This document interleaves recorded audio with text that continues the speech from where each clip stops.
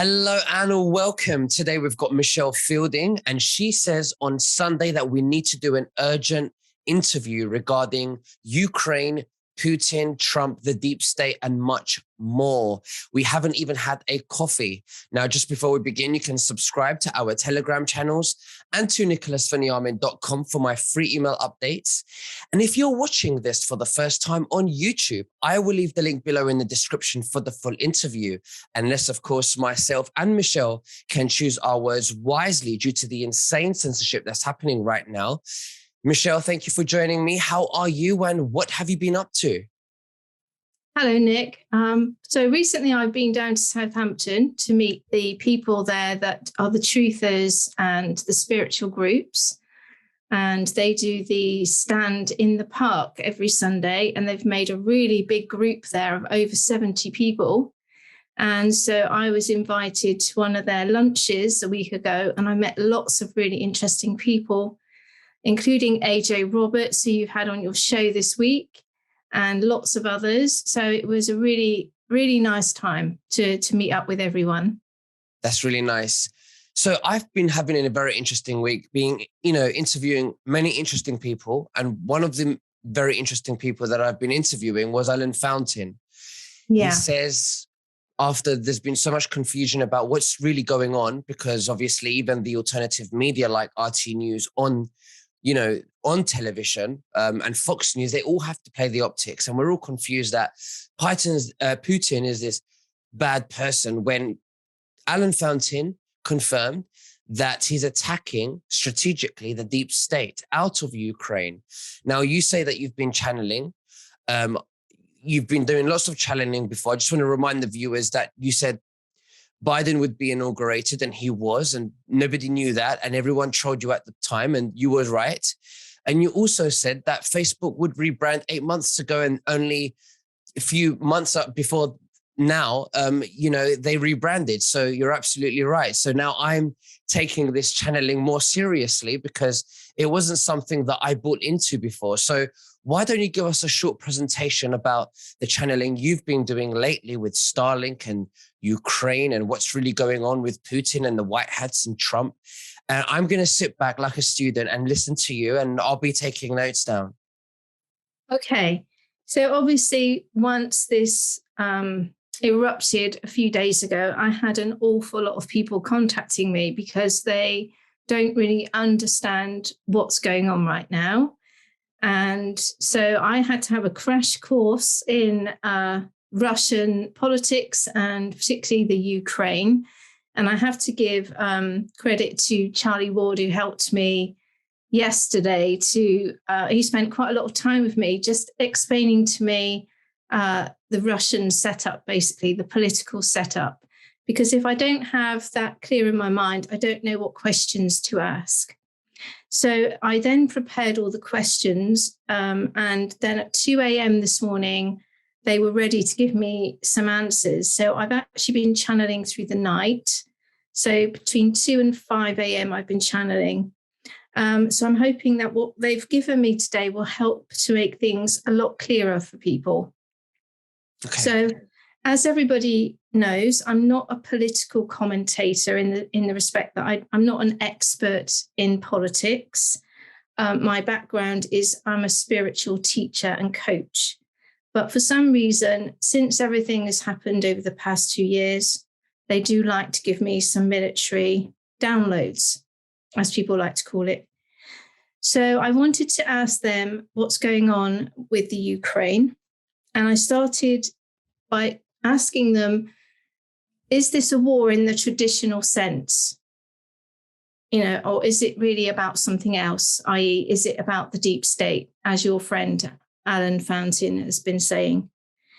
And what they said to me was that this is a fight for the enlightenment of humanity to the goings-on of the corrupt officials, politicians, and bankers that have kept humanity enslaved in a matrix of fear, unhappiness, and strife. And I said to them, in what way, though, would this reflect badly on Biden? Because, I was thinking that maybe people would blame Biden at the moment for the Ukraine, and I was trying to see how they might be able to do that. And they were saying that Biden and his crime family have already been involved with the Ukraine, and they've had many shady undertakings and dealings for many years, along with the Clintons, the Obamas, and the Bushes. They said that the current events are most likely going to draw attention to their involvement for these many years in the past, and it's going to awaken the people to the true nature of their current and past leadership choices in the USA. They said this is an awakening for humanity as they start to acknowledge the cancer in the legislative and the administrative structures which are all around them. So again, I asked, so is the Ukraine in a war in like the traditional sense? And they said no, because it's a tactical response to remove the bad players and secure the area so that all corruption can be extinguished. I asked them, is the geography of the world at the moment, is it going to be sort of like sliced up in terms of, are we going to have commanders-in-chief overseeing different geographical areas? And they said that, I said, so for example, could a leader of one of these countries oversee more than one country in the future? So for example, could Putin in the future be looking at overseeing more than what he currently looks after? And they said that at the moment, in terms of Putin and him potentially being a commander-in-chief, that the plan is on hold until the peace is set, until they have peace settled in these and secured in these Russian provinces. So part of where we're heading and how it's going to be managed, in our last interview, we talked about how the military were going to be the guardians of the Starlink and how that was going to oversee the countries. And what they're saying now is that these commanders-in-chief that will be overseeing these military operations, they might in the future have the capacity to oversee larger areas than they currently already hold. But in order for Putin to be able to do that, he needs to secure peace within the Russian provinces. So I said, is Putin a commander-in-chief for the White Hats? And they said that Putin works strategically with Trump and China. And they said that Xi Jinping, so not the CCP. And I said, so what are they actually trying to do, these White Hats? And they said they are trying to secure world peace by ridding all areas of corruption and the deep state. So then I said, is Putin agreeing to this move within the Ukraine to help Trump? And they said no. They said that Putin is making this move to secure a stronghold of peace within Russia, again, free of deep state interference. And I said, are they destroying bio in the Ukraine? Because I've been hearing that the US having invested in some laboratories there where they've been doing bio research and things. And they said that that was true, that they are destroying bio while they're in there, amongst other things. Yeah, it's that bio material. Just say something they'll put in the air that's bad for us. Yeah. They said they are doing that. They are destroying those and amongst other things. And I said, what are the other things? And they just repeated again that they're removing bad players, deep state, bad money, and corrupt organizations. And I said to them, is this a war on the people? Because I think this is where the confusion is coming in. This is not a war on the people. They said this is not a war on the people because they want them to be free of tyranny. And so that's what they're helping them to do longer term. So at the moment, it may not look like that because whenever there are upheavals like this or war, there are potential consequences. It's not an exact science. You never know what's going to happen when they go in. I've also been told that the gold from Building 7 of the Twin Towers event was being held in the Ukraine. And I asked them about that, and they said, yes, that's correct. And I said, who put the gold there? And they said, again, it was the Biden, Obama, Clinton, and Bush families, that they are all complicit in having moved the funds and gold and doing other illegal transactions through which they fed through the Ukraine. And I said, other illegal transactions, what would that be? And they said that was children and human trafficking. They said that the biolabs, I said, are the biolabs in the Ukraine, are they actually a threat? And they said that the experimentation in these labs could be harmful to the human condition. Sometimes they give us strange definitions. And I said, what, the human condition? And they said that they have been experimenting with gene mutation and viruses for that bio attack scenario that we were talking about before. And I said, but yes, we've heard this scenario before with Iraq and Syria and Afghanistan. They're always saying there's something like that as an excuse to go in. And they're saying that, yes, before those excuses have been used as a pretense to garner power and control people. But they said at this time, the bio thing spray that we were talking about, it really is a real danger to humanity.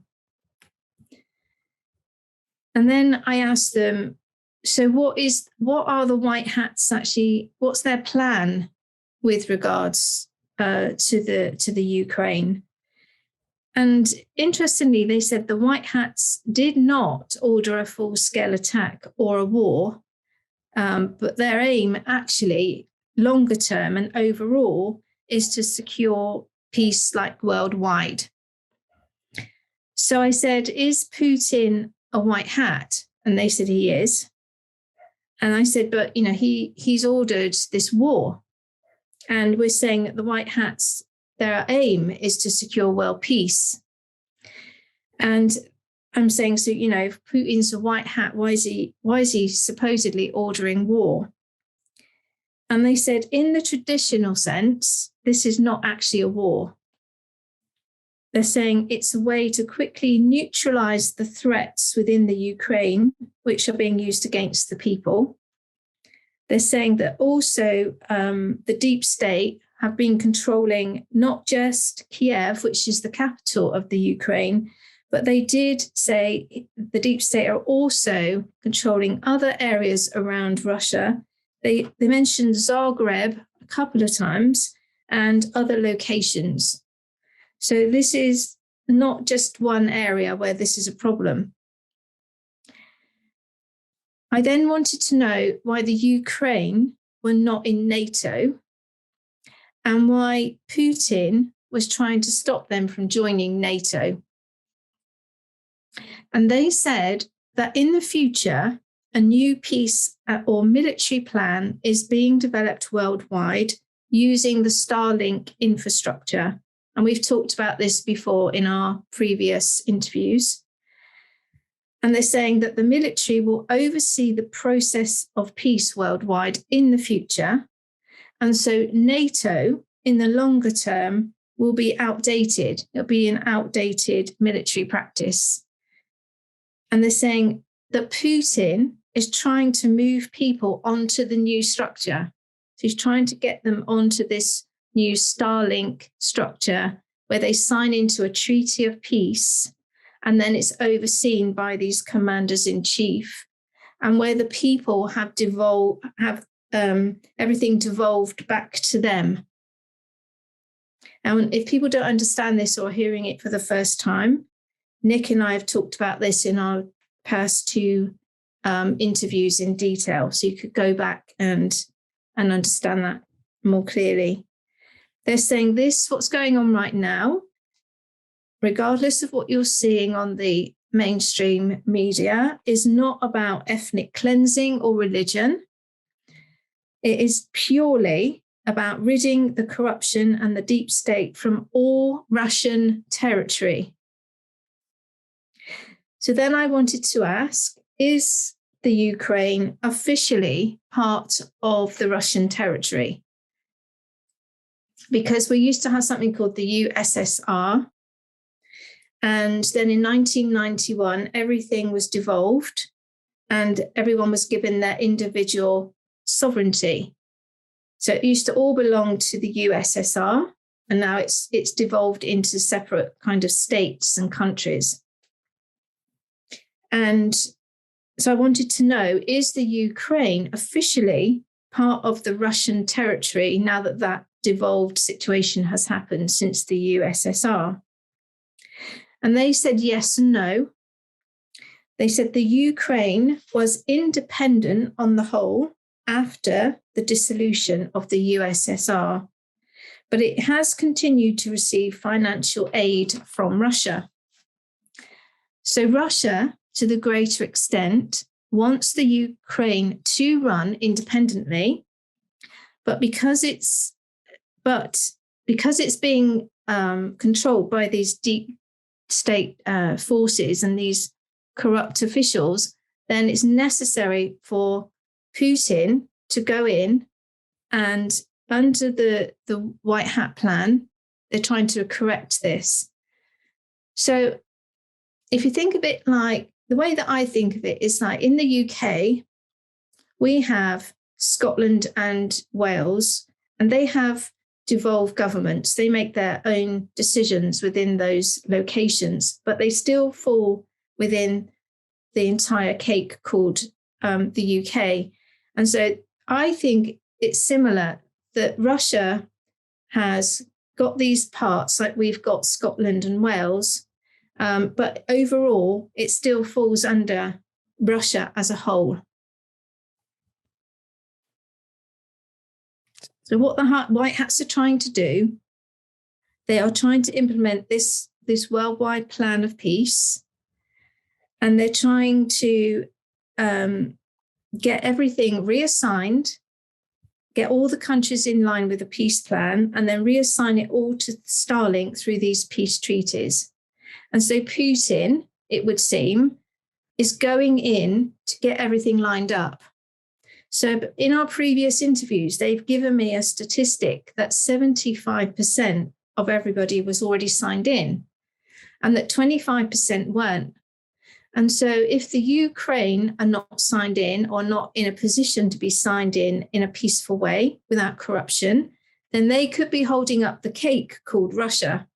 If we go back to my example of like I was saying, with having Scotland and Wales being the whole thing. A bit like UK, United Kingdom. So Yeah. Boris Johnson is the Prime Minister of the United Kingdom, and then we've got Scotland and Wales, which is part of the United Kingdom. And they receive funding from central London, but they ultimately have devolved responsibility what they do with the money.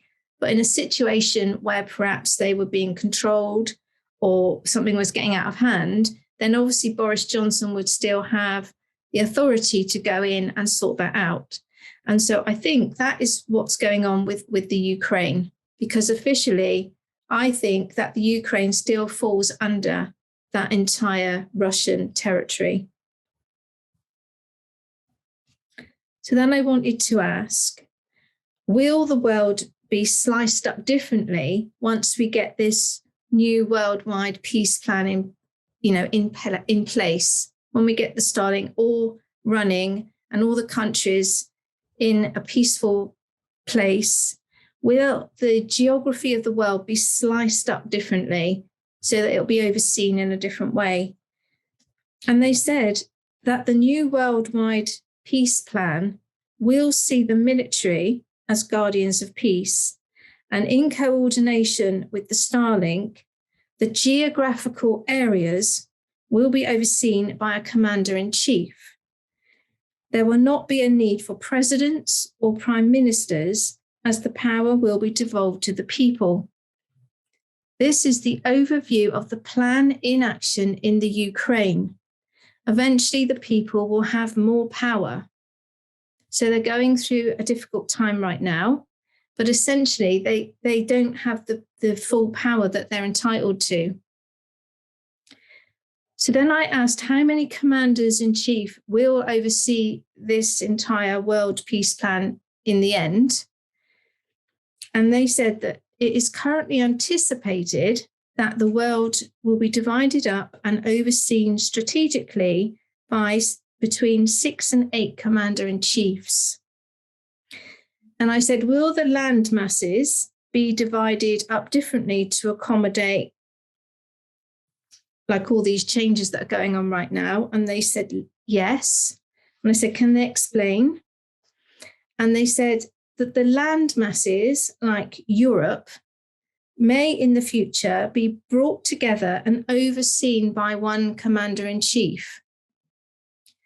So this could mean, for instance, just as an example, that in the future, if Putin is a commander-in-chief, he could in effect be the commander-in-chief of a bigger region than Russia.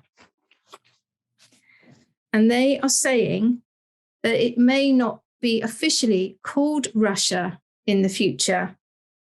They said they want us to think of it more in terms of north, east, south, west. And I said, could they explain? So what they're saying is, or what they're explaining to me, is that they think that the world will eventually be divided equally between these commander-in-chiefs like north, east, south, west, and that borders will not be necessary because of the Starlink infrastructure, and movement will be free-flowing. So they're saying that borders, in the sense that we currently understand them, won't exist under the Starlink and military plan in the future. So Putin might, for instance, oversee as a commander-in-chief the north geography of the map. So that could be anything in the north. That could be Canada, the UK, Europe, Russia, Iceland. So everything in the north could be overseen by a commander-in-chief, and that could be somebody like Putin. So then I asked, how far out are we from seeing this plan in action? And they're saying it's already started. And they're saying that the rollout will now continue with stealth, which is why I think we're seeing this sudden emergence of what's going on in the Ukraine, because I think they're pushing this forward now, more heavily to get it done. And then I asked, so will there be like more conflict and change like we're seeing in the Ukraine? Will we see that in other parts of the world if they're now wanting to roll this out with what they're calling stealth? And they said it will be, but only in areas where there is oppression towards the citizens or where there is deep state corruption. So I said, is the world at war, albeit silent, at the moment? And they said, yes, the world is in a psychological war with the dark forces of evil, and they are fighting hard to secure the minds of the people for their own gain. And I said, what would they gain? And they said that control, that's their ultimate thing that they want. They want control of humans.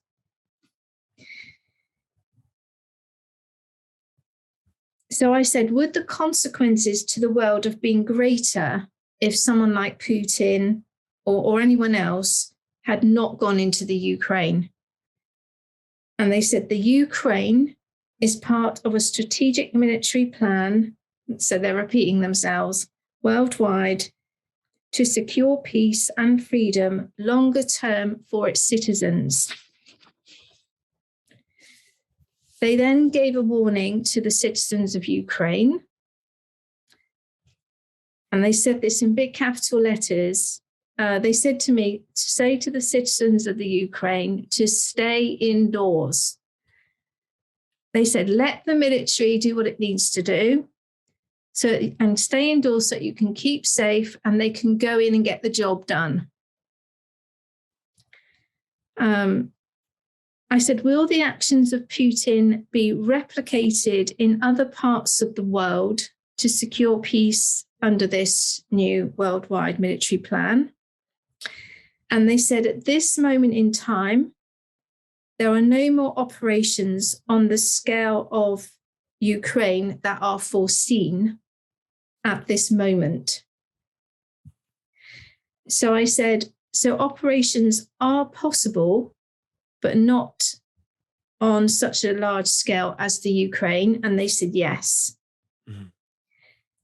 And I said, can you say where these operations may take place? And they said, it's most likely to be in the Middle East. And I said, why the Middle East? And they said to secure resources like oil, gold, and land. Now, interestingly, even though I haven't channeled about the Middle East, they have told me before that that's one area that might not be signed in yet, that's not wanting to sign in to the plan. The United Arab Emirates is one place they keep saying to me that I don't think yet has signed in. So maybe that's why they're talking here about securing oil, gold, and land. I then said to them that I've also heard talk about Taiwan and that they might need a military overhaul or removal of the deep state. And they said that this is currently being discussed, but at this moment in time, they are undecided. So I'm wondering if, the Ukraine is kind of like a testing ground to see how it goes, to see if they need to change strategy, if they go into other regions. I then asked, is the Chinese leader, Prime Minister, Xi Jinping, I hope I'm pronouncing that correctly. I asked, is he a white hat? And they said he is. And then I wanted to know how long this overhaul is going to take in the Ukraine. Are we looking at years or weeks or months? What are we looking at? And they told me that their plan, or it has been planned, to be very fast. And they want it to be completed in less than 4 to 6 weeks. So they want to be in and out, basically. But they did say that this is dependent on whether other countries try to become involved. And I said, why would that prolong it? And they said, the intention, of course, is to clear the deep state factions quickly, and then to devolve the decision-making back to the Ukrainian people. So if others start wading in, it could get messy. Because I said to them, civilian bloodshed has already been seen, or that's what we've been led to believe from images that have been posted. And they're saying that there's not an easy way to secure countries away from the deep state, away from their control, without some bloodshed. But this is not the intention or the purpose of the exercise. So their intention is not to harm the civilians. They did say that longer term, that the Ukraine will be a free nation, they called it a truly free nation. I said to them, if the Starlink had already been in place with and them were already signed in, then could this situation have been worked out differently, perhaps using sanctions or something like that? And they said, no, it couldn't have worked differently yet, because that decision has to have been made by the people when the things have been devolved. So it couldn't have worked differently yet. They're saying once this process is complete, then the new plan can be implemented to dissolve the decision-making, and the new treaty under the new military plan, it can then be assigned to the people, and they then can just, in their devolved state, can vote on what they want in the future. So then I said, are we replacing NATO with Starlink in the longer term? And they said yes and no. They said the two will be combined to create a new setup. I said, will this new setup be a white hat operation? They said yes. I said, is this new setup going to be called NATO Alliance? They said no. They said the new setup will be devolved to the people and is therefore a people's alliance. And they put that in like quotes. It'll be our alliance. They said in the future, I asked, in the future, will the Starlink and the People's Alliance be able to put sanctions in place without war if the bio phenomena or the peace treaties were breached? And they said, yes, the people will be involved in all decision-making. Power will be devolved. And I said, what could sanctions look like when it's devolved to the people? What sanctions could they create? And they are fairly similar to what we could have now, but the people will be making the decision. They said they could turn off power or the internet. They could restrict people's movement, and they could restrict international trade. So it kind of sounds like we already have right now, but instead of the overseers, the deep state, the governments creating those sanctions, the people would be deciding that from our devolved status. I said, again, is the Ukraine part of this 25% that was not yet signed in? Not signed into this Starlink plan, because we were told there was 25% still not signed in. And they said that this is a yes and a no, because as part of Russia, it is partially signed in under Russia overall. So they're saying that Russia is signing in, but because this little state over here, Ukraine, are not yet ready, it's kind of the whole cake is not signed in yet. So it'd be like London being signed in and Scotland and Wales aren't yet ready. They're saying all of it needs to be completely aligned by completely removing the offending factions of the deep state. So this is why I think they're going in with stealth, because I think we're getting very close. Mm-hmm. We're getting very close to getting this fully operational. I asked, who is Putin working alongside strategically? I said, is he working with the White Hats? He said, yes. Is he working with the Alliance? Yes. Is he working with Starlink? Yes. Is he working with Trump? Not at this time, not on this job. They said he's working with the Alliance, mostly. But so is Trump working with the Alliance. But when you say he's not working with Trump, on this occasion, it's not directly with Trump, but they are part of this alliance to drain the swamp. I think that if you think of it like a hierarchy, that Trump is even above the Alliance. I think he's above that. So I think if you think of all the commanders in chief, I think he's like the top one. And the layer below, not that we like layers anymore, but just to make it simplistic for understanding, if you've got 6 commanders here around the world, then you've got Trump above that, overseeing them. Mm-hmm. And I would imagine these 6 commanders are reporting into the alliance, and then the alliance is reporting into Trump. That's how I see it. Okay. That's how in my understanding, when they've explained it to me before, see it all working.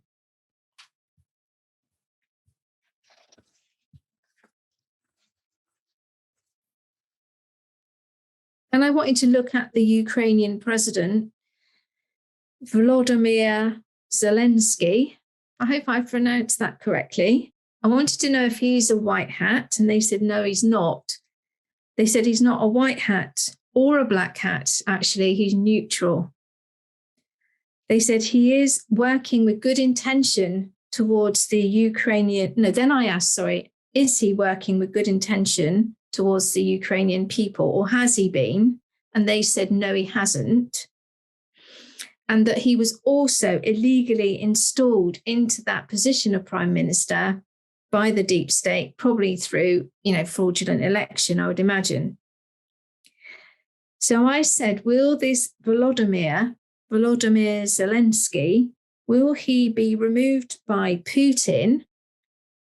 And they said yes and no. They're saying it will be seen over time that he was not the official winner of the elections held in the Ukraine. So I would imagine that the people, again, once this all gets sorted out, they will vote to have him maybe removed. Maybe Putin won't need to do that.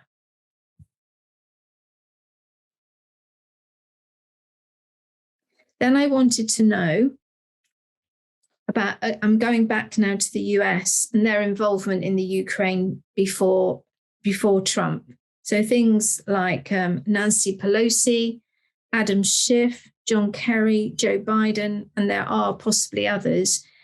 Have they got illegal interests in the Ukraine now and from the past? And they said they have.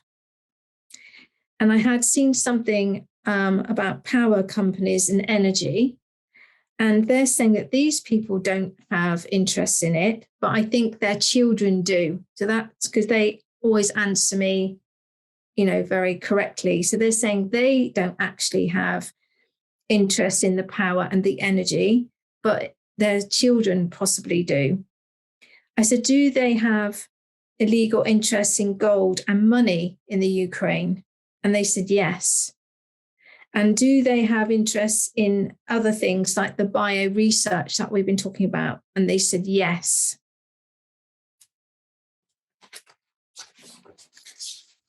So after all that had been channeled, I channeled that just, a few hours ago, between 2 and 5 this morning. And then when I looked at my phone when I woke up this morning, I saw that Elon Musk has put Starlink live in the Ukraine. Now, of course, the MSM are selling it that he's doing that to help the current leadership within the Ukraine. But I think this is very telling. This was released at 1 o'clock this morning, that now Starlink has gone live in the Ukraine. Right. So based on everything they've been teaching me for all these weeks, that's a bit of a coincidence, is it not? That's now gone live in the Ukraine. And then the final thing I've got for you today is something that I did with a friend of mine called Adam. This was before Christmas, actually. We were talking about the Starlink. Now, I think you've got this picture. I want to hold it up for you, because I remember if you could hold the picture up, and I'll tell them what he... Sure. I asked him about Starlink and the timelines. And if you look to the left of the picture, or to the very top of the picture, it shows the page of Pentacles. And this is showing that the Starlink is a new concept, but it is a system which is very well backed by physical items. So it does exist. And they're saying that if you look underneath, you can see the tower. And this means that the old system will fall because of Starlink, and that in reality, it was already crumbling. So we looked at this reading, I think it was about November time. So in November, it was already crumbling because of Starlink, the old system. And the Four of Cups on this reading is showing that in the past, there's been a lot of resistance by the powers that be, obviously. And the Ace of Pentacles in the middle is showing that it's already there, the Starlink, is this system that we're talking about. People just aren't seeing it yet. And then you can see the Seven of Rods. And this is showing that in 7 weeks, that more and more people will start to see the system. And that the Empress under it is showing us that, showing the Empress under it shows it as a more natural system, which is going to be aligned with the people and the universe. And it's going to be teaming them with a new abundance for the people. They said that, he also said that people will initially fight against it. And this is why we can see the Seven of Rods and the Ten of Swords, because the people at first won't trust it. The Ten of Swords, he's saying as an outcome, in the close future, is that the old system is going to collapse. And he's saying that this number 10 is important because it means that in 7 to 10 weeks, that we were going to see this more clearly. Now, don't forget, we were looking at this in November, and we're now approximately 7 to 10 weeks in. So he's saying that the Ace of Cups is a key card because it will be an emotional new start for people via this new system. And that he's saying that this new system will understand the people. And he's saying that this new system is going to be likely to be understood better between January and February. Again, this was 7 to 10 weeks from when we looked at it.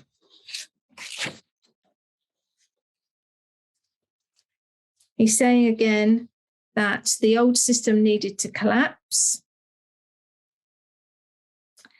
And he said that there's a clear message here that the old needs to collapse for the new to come in. And he said that my timeframes about Starlink were spot on. And he's saying that it's literally going to be the end of something and the literal rebirth of something else, something new, which is why the tower is there. Mm-hmm. So that was just something that I did with my friend Adam, as I said, in November, and I was asking him about Starlink and, when the people would perhaps see it for themselves or when it would have an impact. And that was the reading that he came up with.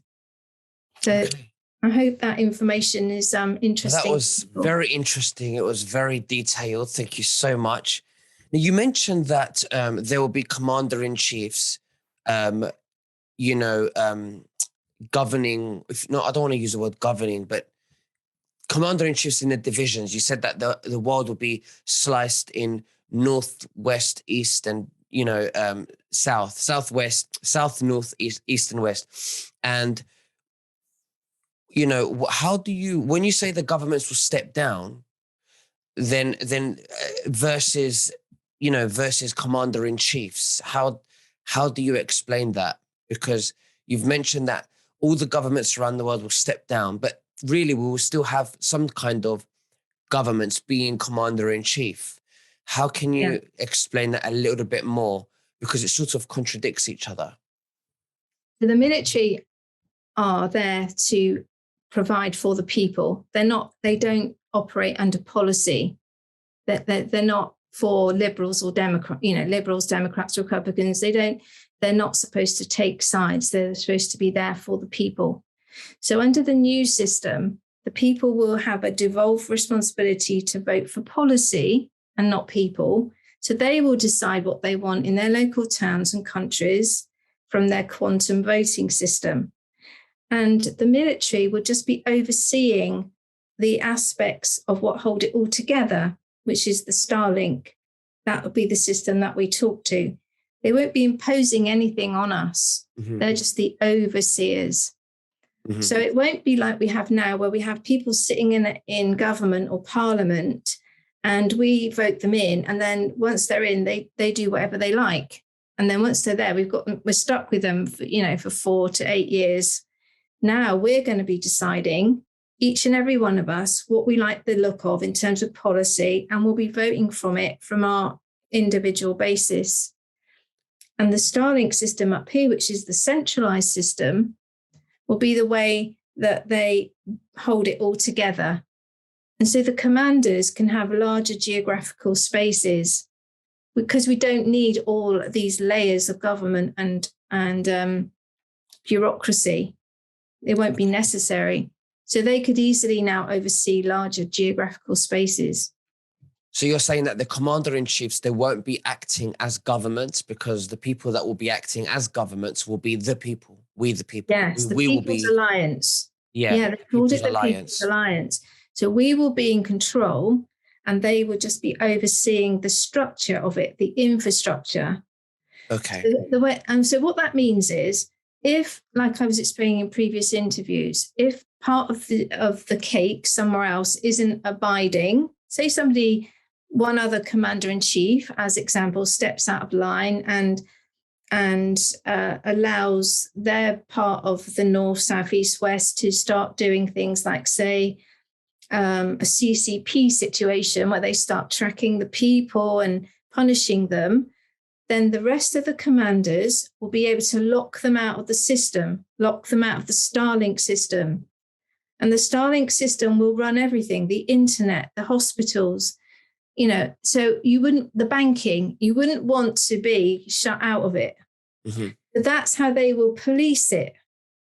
Okay. They will police it in a way that if one of the commander-in-chiefs or one of the geographical areas starts to use the system incorrectly, the system will, first of all, alert them to that fact, because my understanding, how they've told me before, is that the system has been programmed with stops and back checks. So if anything that they start to do is starting to track us in a way that's detrimental to our freedom, then it will alert the other commander-in-chiefs, and it will alert the system. Okay. So the other thing is, how do you explain to most people who are just understanding or grasping what's going on?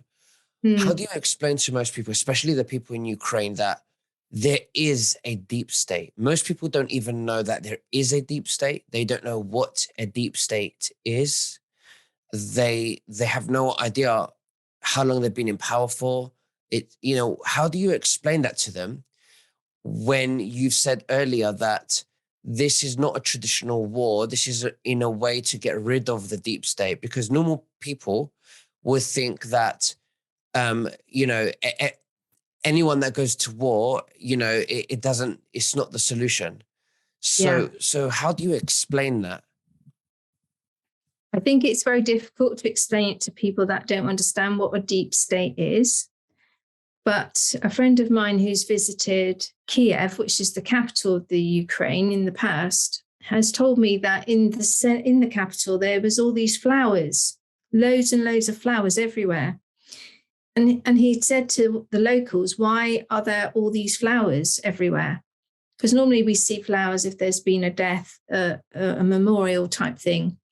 And he said that he was told by the locals that when there had been a peaceful protest in the past, that the government had come out and shot all the people. 100 people just got shot in the street. And so in that sense, they are aware that something perhaps is not what we would call total freedom or democracy, because if you can't go out into the street and do a peaceful protest without being shot, then obviously that there's something not right there with your freedoms. But I think, as in everywhere in the world right now, not everybody will understand things until it's in hindsight. And then when we look back, they're going to understand, that we had to go through this process to get you to a safer, freer place. And it's like we've got to go through some pain now in order to get to this better place. The way I explain it to people, and I just throw it to them. And some of them, it's like, wow, I want to know more. And some people, it's like, wow, that's so far-fetched. So what I say is there's a group of people, they've been in power for hundreds of years, if not thousands. They control the media, banking, medicine, the food industry, the music, Hollywood, everything.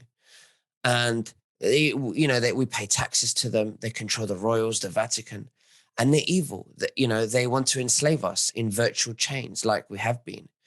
And the reason why they hate Trump and the reason why media hates Trump is because he's a people's president and he's trying to finally destroy or get rid of the deep state, these people, so that we could get, so that he could bring power back to the people, and which is going to be massive and historic.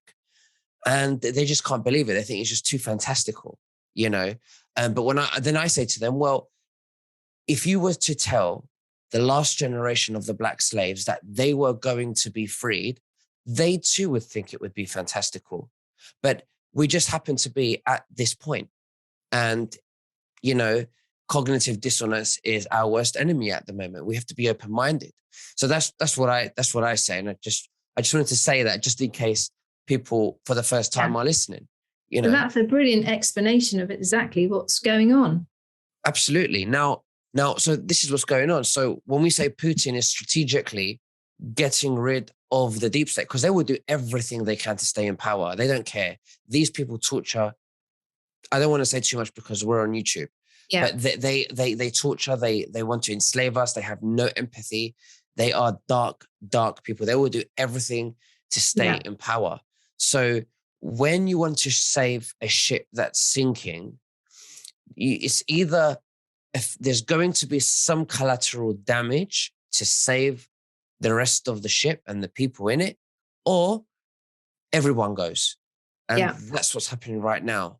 Exactly. That's a good way of looking at it, actually. Yeah. So now my next question is, when Trump says, well, if my administration was still here, we wouldn't let this happen. It's because of Biden.